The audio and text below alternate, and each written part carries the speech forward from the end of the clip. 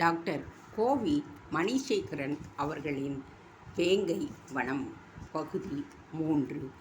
நீண்ட நெடுநேரம் வரை நினைவு கல்லாகிப்போன மாமன்னர் உக்கிரப்பெருவெழுதி ஒவ்வாறு தம் நிலைக்கு வந்து ஆசனத்தை விட்டு அமைதியாக எழுகின்றார். அனைவரும் எழுந்தனர். தமிழ் மட்டுமே அமர்ந்திருந்தது. என்ன நடந்தது, ஏன் இந்த குழப்பம் என்கின்ற உண்மை புரியாத தடுமாற்றம் அவரது நெஞ்சு குழியில் பல்லாங்குழி விளையாடுகிறது. படபடத்தை மைகளுடன் கீழே தமது பார்வையை சுழல விடுகின்றார். சற்று நிமிர்ந்து வேங்கை மார்பனை நோக்குகிறார். தமிழ் பேசியது. பெருவெழுதி, நான் சென்று திருமேனியிடம் பேசி பார்க்கிறேன். அவளது மனமாற்றத்துக்கான காரணத்தை அறிந்து வருகின்றேன். மாங்குடி மருதனாரை அலைமாதிய சிந்தனையுடன் நோக்கிய மன்னன், புலவரே, நான் சென்று விசாரிக்கிறேன். அதுவரை நீங்கள் நமது பிரதான விருந்தினர் மாளிகையில் வேங்கை மார்பனுடன் தங்கியிருங்கள். முடிந்தால் திருமேனியை இங்கு அழைத்து வருகிறேன். முடியவில்லை என்றால் உங்கள் இருவரையும் அங்கு அழைத்துச் செல்வேன். இடையில் யாரோ எரித்தழலை கொட்டி இருக்கிறார்கள் என்று நினைக்கிறேன் என்று கூறிவிட்டு புறப்பட்டுச் சென்றார். உடன் பாண்டிய மாதேவியும் அவரை பின்தொடர்ந்தாள். அரண்மனையின் பணியாளர்கள் விளக்குகளுக்கு ஒளி நகை அணிவிக்கத் தொடங்கினர். அனைவருமே சிறப்பு விருந்தினர் மாளிகையை நோக்கி புறப்பட்டனர். அந்த புறத்து மேன்மாடம். திருமேனி மட்டும் உலமும் திருக்கூடம். சித்திரங்களாலும் சிற்பங்களாலும் பொன் பூணி இழைத்த யானை தந்தங்களாலும் அந்த மேல் மாடம் அழகுற விளங்கியது. அகன்று நீண்ட அந்த அறையின் சத்தின கம்பள விரிப்பு, அதில் தாமிரை சித்திரங்கள், பொன்னாலும் வெள்ளியாலும் வெண்கலத்தாலும் செய்த அலங்கார பொருட்கள் அங்கங்கு பொலிவை தந்தன. வாயிற்படியில் இருபுறங்களில் தந்தங்கள், வளைந்த யானை முகங்கள், இலவம் பஞ்சாலும் அன்னச்சிறகுகளாலும் ஆக்கப்பட்ட மஞ்சம், தலையணைகள். ஒருபுறம் அமர்ந்து ஓய்வெடுக்க சாய்வான பொன் ஆசனம். எதிரே நாற்கால் மேடை, அதன் மேல் பூந்துகில் விரிப்பு, அதற்கும் மேலே பொன்னாலான மீனாட்சி அம்மன் சிழை. ஆதி தமிழரசி அல்லவா மீனாட்சி? இன்னொரு புறத்தில் மேடையில் சுவடி தாங்கிகள், அவற்றின் மீது தொல்காப்பியம், சிலப்பதிகாரம், அப்போதைய சங்க புலவர்களுள் ஒருவரான உருத்திரன் சன்மரால் தொகுக்கப்பட்டு வரும் அகநானூறு பாடல்கள். மஞ்சத்து தலைப்புறத்தின் மீது தலையினையை நிமிர்த்தி போட்டு அதன் மீது தலையை புதைத்து விம்மிக் கொண்டிருந்தாள். விடியலை தேடு, அது அஸ்தமனமாகிவிட்ட விசாரத்துடன் காணப்பட்ட திருமேனி அங்கிருந்தாள். அரைக்கதவுகள் அவளது மனக்கதவுகளைப் போல் திறந்தே இருந்தன. வெளியில் தோழி பெண்கள். மாமன்னரும் பாண்டிய மாதேவியும் வருவதைக் கண்டு தலைவணங்கி நிற்கின்றனர். அவர்களை கீழே போகுமாறு உத்தரவை பணிக்கிறார் உக்கிரப்பெருவெழுதி பாண்டிய மன்னர். அறைக்குள் நுழைகிறார்கள். விக்கிரகம் விசும்பிக் கொண்டிருக்கிறது. அருகே இருந்த பாண்டிய மன்னர் அவளது கரிய கூந்தலை கனிவோடு தடவி கொடுத்து, திருமேனி, என்னம்மா நடந்தது என்றார். அவரது குரல் தழுதழுத்தது. ஒரு பக்கம் பாண்டிமாதேவி மௌனச் சிலையாகி நிற்கின்றாள். விளக்குகள் நாற்புறங்களிலும் ஒளி கண்களுடன் வேடிக்கை பார்க்கின்றன. திருமேனி, கொஞ்சம் நிமிர்ந்து என் அழைப்புக்கு மதிப்பு தருவாய் என்று நினைக்கிறேன். தலைநீக்குள் புதைத்த தலையை நிமிர்த்தி அண்ணாந்து நோக்குகிறாள் திருமேனி. தாமரைக்கெல்லாம் தாமரையான அவளது முகம் எந்த நேரத்திலும் மலர்ந்திருக்கும். மனம் பெற்ற பொத்தாமரை முகம் ஈரத்தில் நைந்து, பாரத்தால் கேசங்கள் கலைந்து, கோரத்தால் கண்கள் சிவந்து, சாரமற்று சஞ்சலமுற்று, தும்பியலை சரணாகதி அடைந்து, எங்கோ எங்கோ எதையோ தேடி தேடி, ஓ, அது வேண்டாம், வேண்டவே வேண்டாம், அப்பா என்ற அலறுடன் எழுந்தவள் தந்தையின் மார்பில் தலையை புதைத்து விக்கி விசும்பி அழுகிறாள். என்னம்மா நடந்தது? ஏன் இந்த அழுகை? வேங்கை மார்பனை தூது வந்த பிறகு நீ ஏனம்மா வேதனையை தூதனுப்பினாய்? மார்பில் புதைந்த தலையை நிமிர்த்திய திருமேனி தந்தையை இமைக்காது கவனித்துவிட்டு பிறகு சொன்னாள், எனக்கு திருமணம் வேண்டாம். அதுதான் ஏனென்று கேட்கின்றேன். அவர் வேங்கை மார்பன் அல்ல, வேஷ மார்பன். என்ன வேஷ மார்பனா? யார் உனக்கு இந்த உபதேசத்தை செய்தார்கள்? நான் எதையும் விளக்க விரும்பவில்லை. வேங்கை மார்பனையே இங்கே அனுப்புங்கள்.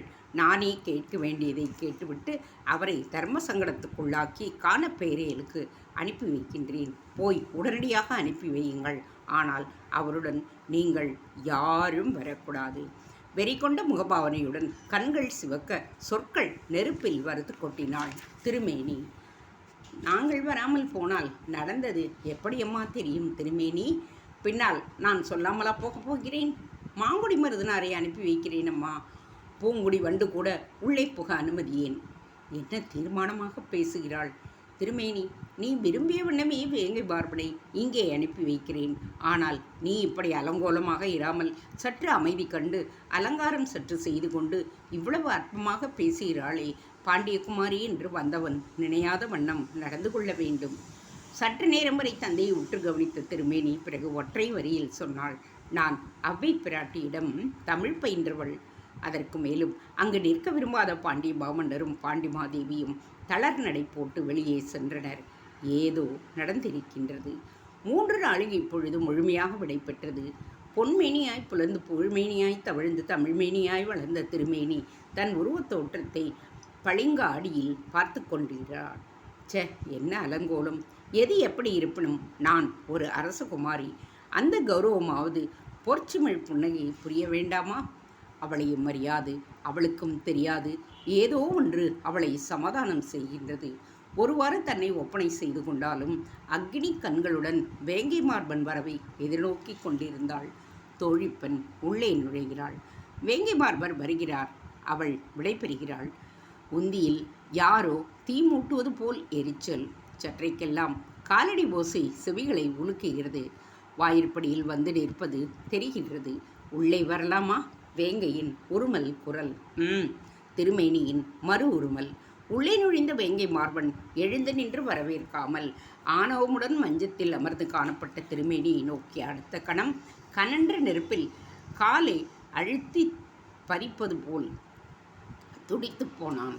காலை வைகை கரையில் கண்ட வைரச் சிலை, வான் சிந்தும் கனவும் தேன் சிந்தும் நினைவுமாக இருந்த வாலிபச் செல்வனான வேங்கை மார்பன் வசந்த மயிலாய் வைகையில் காட்சி தந்து இப்பொழுது கசந்த புயலாக உருவெடுத்த நிகழ்ச்சி திருப்பத்தை எண்ணி பார்க்கின்றது போல விதி முதலை ரூபத்தில் வர இவள் மந்திரகுமாரி என்று சதி ரூபத்தில் பொய்யை உரைக்க என்ன மூர்க்கமான தாக்கங்கள், தீர்க்கமற்ற முடிவுகள்!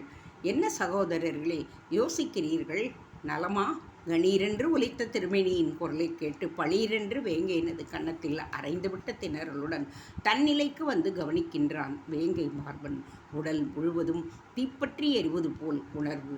அந்த தீயை அணைக்க புறப்பட்ட வியர்வை துளிகள். சகோதரரே! அவள் அழைத்த அழைப்பு காதுகளை அவமானப்படுத்துகிறது. என்ன காரியம் செய்து விட்டோம்? இனி பேச வேண்டியது ஒன்றுமில்லை. அழைப்பிலிருந்தே புரிந்திருக்கும் என்று நினைக்கின்றேன். நீங்கள் போகலாம். இதயத்தை இரும்பாக்கி எதிரொலித்த மறுமொழி. வேங்கை மார்பனின் கண்கள் கலங்குகின்றன. திருமேனி, யோசித்துத்தான் இந்த முடிவை சொல்கிறாயா? இதில் யோசிக்க ஒன்றுமே இல்லை. யோசிக்க வேண்டியவர் நீங்கள். வைகைக்கரையில் சந்தித்தவள் மந்திரிகுமாரி. இப்பொழுது வாழ்க்கைக்கரையில் நின்று பேசுவது ராஜகுமாரியுடன். எந்த குமாரியாய் இருந்தால் என்ன? உங்கள் இதயத்தில் குடிபுகுந்து விட்ட குமாரியை தேடிச் சென்று வாழ்வில் சொர்க்கம் காணுங்கள். என் இதயத்தில் நிரந்தரமாக குடிகொண்டவளே நீதான். தினமும் நான் பூஜிப்பதும் உன்னைத்தான். என்னை நன்றாக ஒருமுறை நோக்கி மீண்டும் ஒருமுறை சொல்லுங்கள். சத்தியமாக நீதான். சத்தியம் வைப்பதற்கு நாணமாக இல்லை. நிஜமான சத்தியம் நாணப்பட தேவையில்லை. நாணப்பட வேண்டியதும் இல்லை. அடுத்த கணம் ஆவேசம் கண்டு போனாள் திருமேனி. நிஜமான சத்தியம், நிஜமான சத்தியம் என்று கூறிக்கொண்டே எழுந்து வந்தவள் சன்னதம் கொண்டவளைப் போல வெறி கொண்டு மீனாட்சி அம்மன் சிலை இருந்த நாற்கால் மரமேடி மீது 2 கரங்களையும் மேலே உயர்த்தி ஓங்கி சத்தியம் வைப்பது போல பலம் கொண்ட மட்டும் அரைந்து பொய் பொய் பொய் என்று தொண்டை கிழிய கத்துகிறாள். தன் காலை தரையில் உதைக்கிறாள்.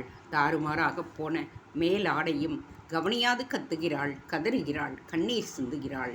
அவளும் தான் வேங்கை மார்பனைப் போல் வான் சிந்தும் கனவுகளையும் தேன் சிந்தும் நினைவுகளையும் நெஞ்சில் வைத்து நித்திரையில் வைத்து விரும்பியதையும் வேதனைப்பட்டும் இருக்கின்றாள். ஏன் அழமாட்டாள்? ஆத்திரப்பட மாட்டாள்? அவளது கண்களில் அக்னி பொறிகள் அலைமோதி பறக்கின்றன. வியர்த்தும் பலபலத்தும் போனான் வேங்கை மார்பன். ஆயினும் திடமாகவே சொன்னான். திருமேனி, நீ 1000 முறை பொய்யென்று ஆவேசப்பட்டு அறைந்தாலும் இடையே அவளது வீர மார்பு தோல்வியால் அழுத்தி விம்முகிறது. தொடர்ந்து சொன்னான். வேங்கை மார்பன் இதயத்தில் திருமேனியை தவிர வேறு யாரும் கிடையாது. பொய் பொய் பொய் கதறுகிறாள் திருமேனி. மேலும் கர்ஜிக்கிறாள். உங்கள் அரியணையே அலங்கரிக்க ஒரு மாமன்னன் மகள் தேவை என்று தூது வந்திருக்கிறீர்கள். இது ஒரு சுயநலத் தூது. ஆனால் ஆசைக்கு உங்கள் இதயத்தில் எப்போதோ குடி புகுந்து விட்டாள் உங்கள் பக்கத்தில் இருக்கும் பதுமை அழகி தியாகவல்லி. தியாகவல்லி! ஓ, வைகைக்கரையில் ஏற்பட்ட நிகழ்ச்சி ஒரு விபத்து. அதை வைத்து இவள் தவறாக எடை போட்டுவிட்டது அதைவிட ஆபத்தானது. தியாகவல்லியா? திருமேனி, நீ தவறான ஜாதகத்தை அரைகுறை ஜோதினிடம் கொடுத்து அலசி கணிக்கின்றாய். அவள்... போதும், நீங்கள் போகலாம்.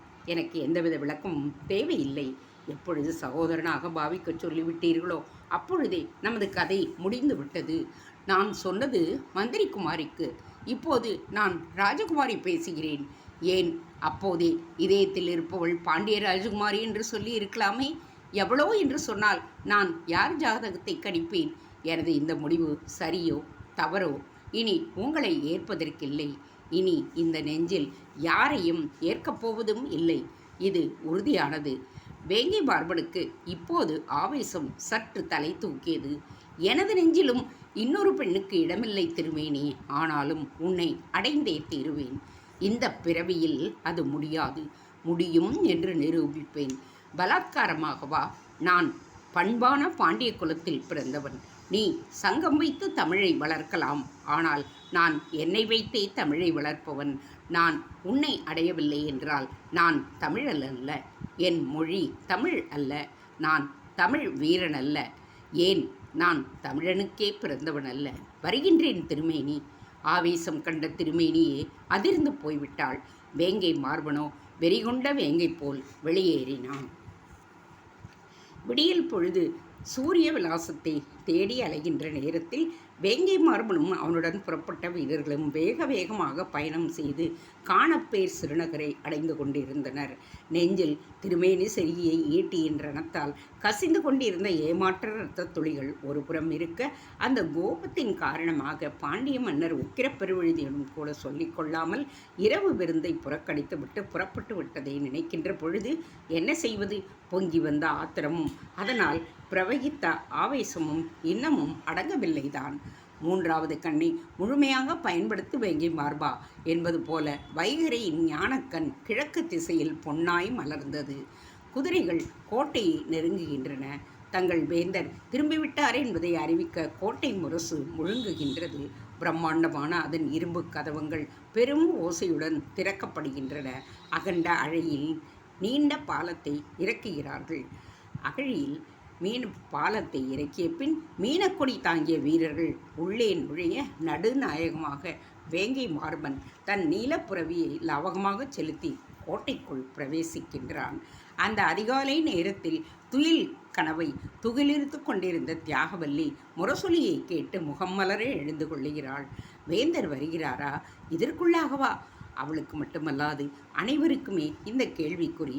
அரண்மனையை அடைந்த வேங்கை மார்பன் நேரே தன் அறையை நாடிச் சென்று ஓய்வெடுக்க முடிவு செய்தான். வெளியே பனிமகளிர் உத்தரவு தவமேற்றுகின்றார்கள். அவனை அன்புடன் தேற்ற யார் இருக்கிறார்கள்? 2 ஆண்டுகளுக்கு முன்னம்தான் தந்தையார் உயிர் துறந்தார். தாயார் உடன்கட்டை ஏறினாள். தனக்கு ஒரு துணை திருமேனி என்று தவமிருக்க அது கலைந்து தனலுக்கு ஒரு துணைதான் என்று தவிக்க நேரிட்டு விட்டதே. மனச்சுமைகள் ஏறி மிதிக்க மஞ்சத்தில் சாய்கின்றான்.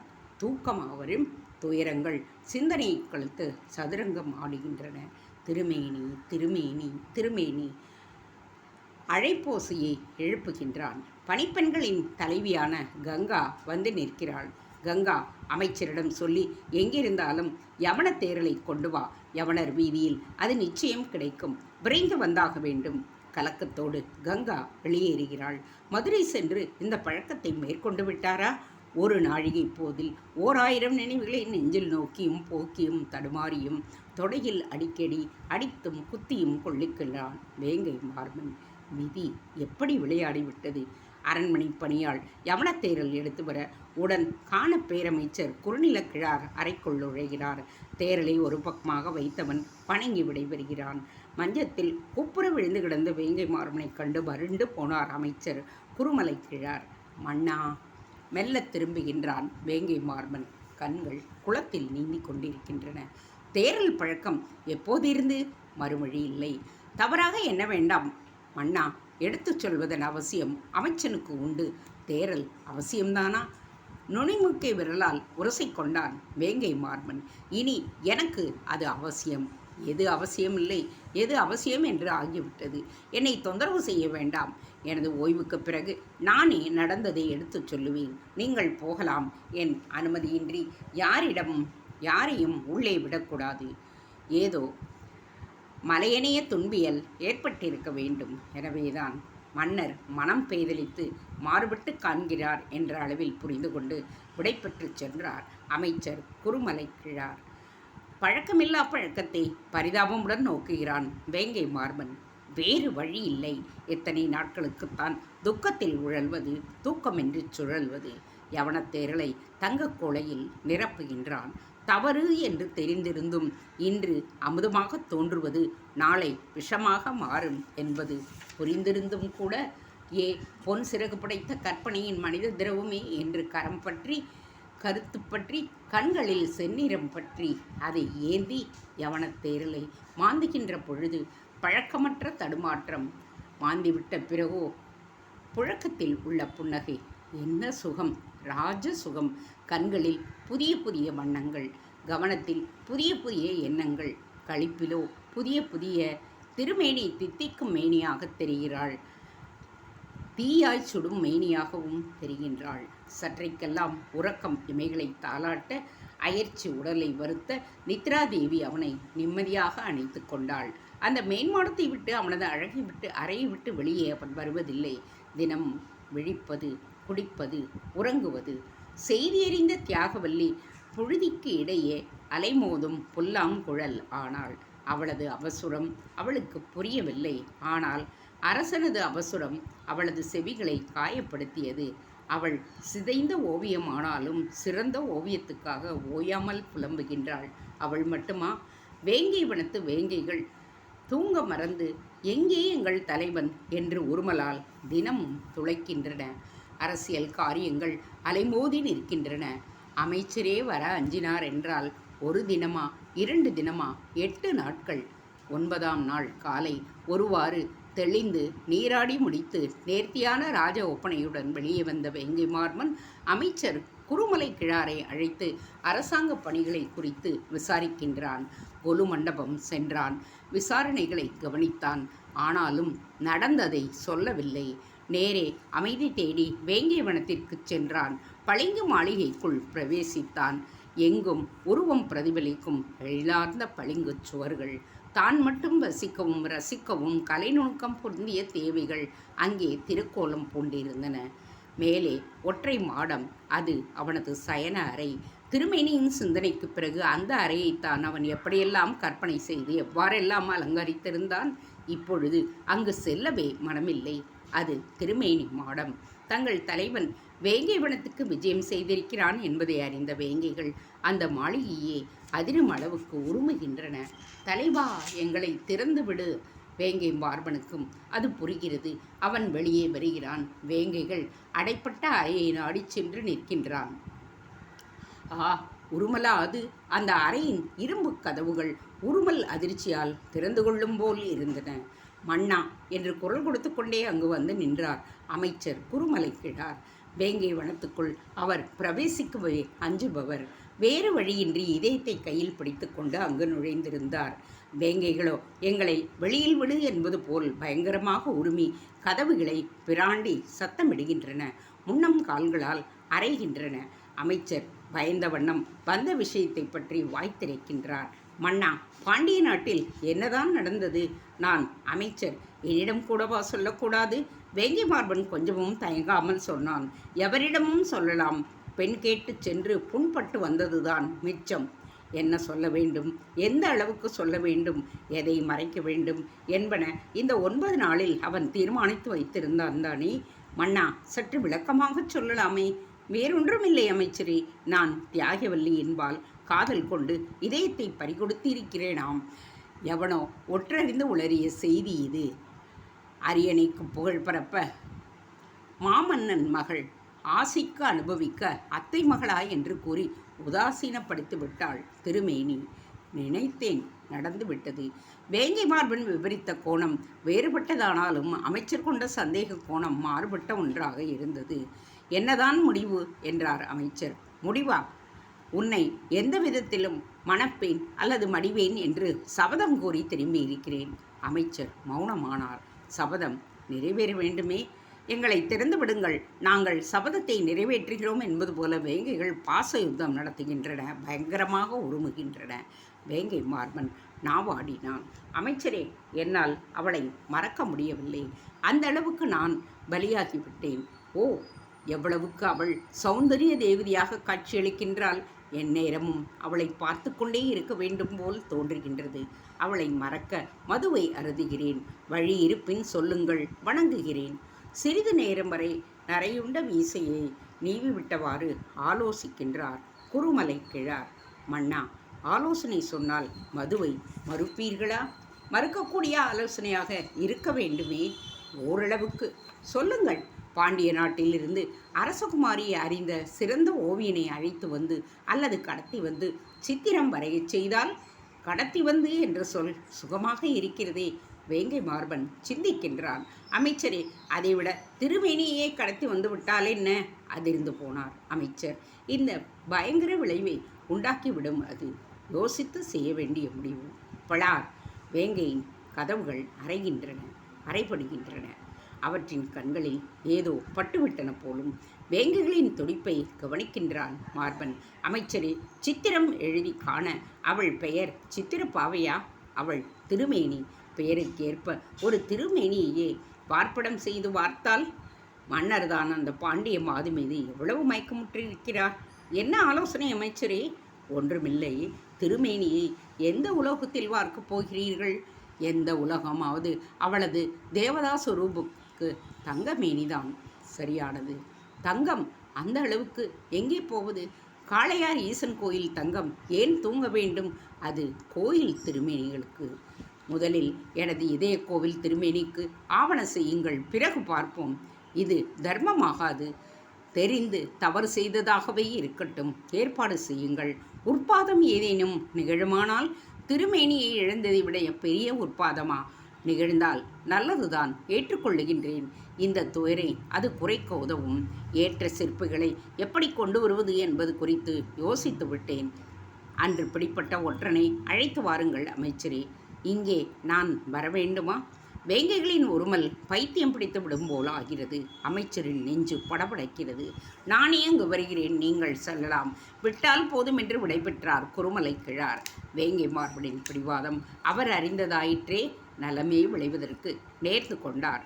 அவர் இரும்பு வேலி வாசலை கடந்ததும் வேங்கைகள் அடைத்திருந்த அறைக்கதவை திறந்து விட்டான் வேங்கை மார்பன்.